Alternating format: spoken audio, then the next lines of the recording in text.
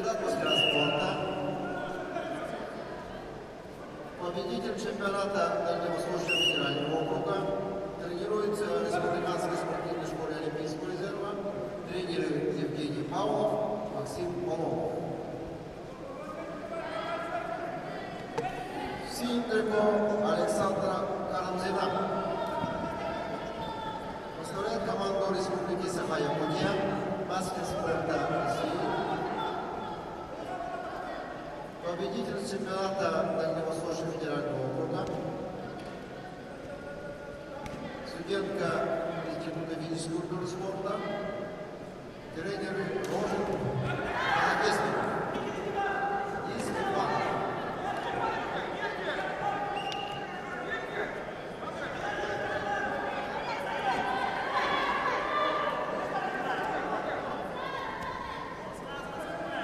К выходу на ковер готовится Ольжимаев Салам, Архипуеву Кириллу.